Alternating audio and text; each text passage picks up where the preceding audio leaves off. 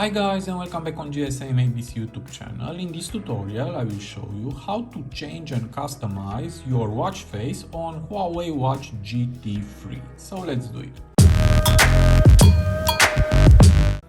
So to change the watch face, it is very easy. Just push it long on your watch and swipe to the left or to the right, this depends, and select the desired watch face. Just press it and this is the selected watch face. To change it again, push it long and swipe to the left and choose another watch face.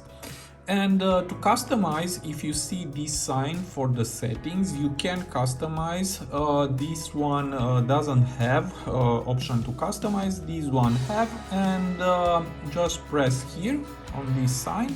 If you push it here, now it's activity records, and you can choose, let's see, for example, battery.